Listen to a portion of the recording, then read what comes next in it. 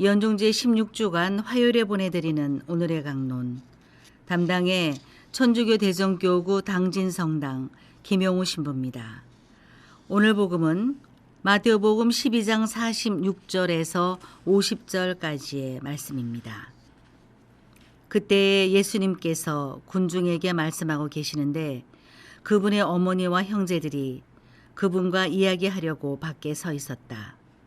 그래서 어떤 이가 예수님께 보십시오. 스승님의 어머님과 형제들이 스승님과 이야기하려고 밖에 서 계십니다. 하고 말하였다.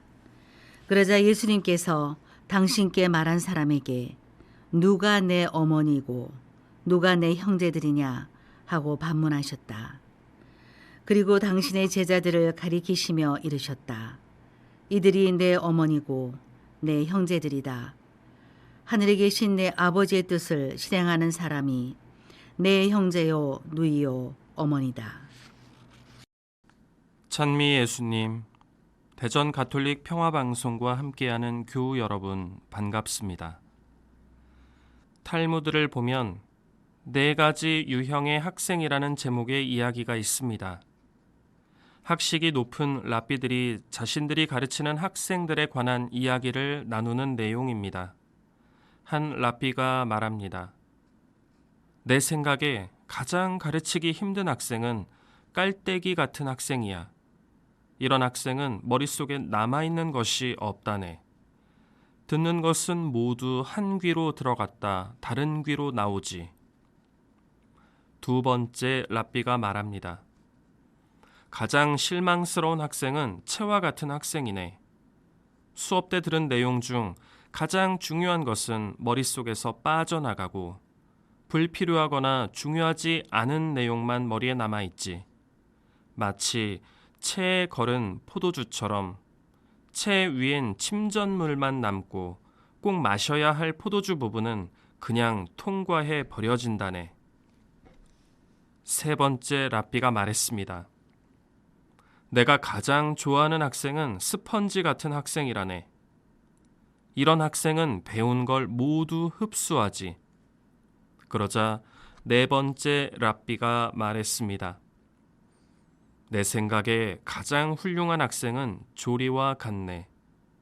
대수롭지 않은 내용은 흘려보내고 중요한 것만 남기지. 이런 학생은 마치 조리처럼 미라를 흔들어 쭉정이를 걸러내고 껍질을 벗긴 고운 알갱이만 남는다네. 위 이야기에 빗대어 복음을 마주한 우리는 어떠한 유형의 학생인지 생각해 봅니다. 만일 미사 참례 중 복음을 봉독한 후에 도무지 아무런 생각이 나지 않는다면 우리는 깔때기 같은 학생일 것입니다. 만일 오늘의 복음 말씀을 듣고 아니, 예수님은 어째서 그리 매정하셨단 말인가? 라는 의문만 남는다면 우리는 포도주는 흘려보내고 침전물만 남긴 채와 같은 학생일 것입니다. 만일 오늘의 복음 말씀이 모두 기억에 남고 그려진다면 우리는 스펀지와 같은 학생일 것입니다. 마지막으로 오늘의 복음 말씀을 듣고 그 말씀에 따라 살아가며 아버지의 뜻을 실행하여 예수님과 영적으로 뗄 수 없는 가족이 된다면 우리는 가장 훌륭한 조리와 같은 학생이 될 수 있을 것입니다.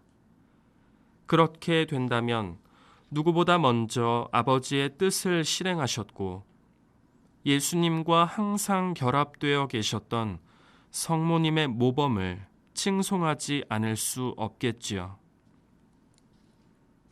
세상은 자꾸만 우리를 저울질하기 위해 눈에 보이는 기준만을 가지고 판단하고 등급을 매깁니다. 나이와 성별, 출신 학교와 지역, 연봉이나 자산, 능력이나 인맥, 외모나 거칠에 필요한 모든 물품까지도 인간을 가르고 나누는 잣대가 되지요. 그 잣대가 하늘나라까지 고스란히 이어질까요? 주님과 한 가정을 이루는 삶은 아주 구체적입니다. 나를 나타내는 허울이 그 자격을 대신해 줄 수 없습니다.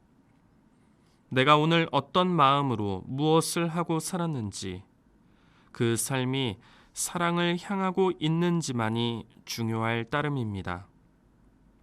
예수 그리스도와 함께 오늘 하루도 지치지 않는 열성으로 주님의 뜻을 실행하는 여러분이 되시기를 기도드립니다.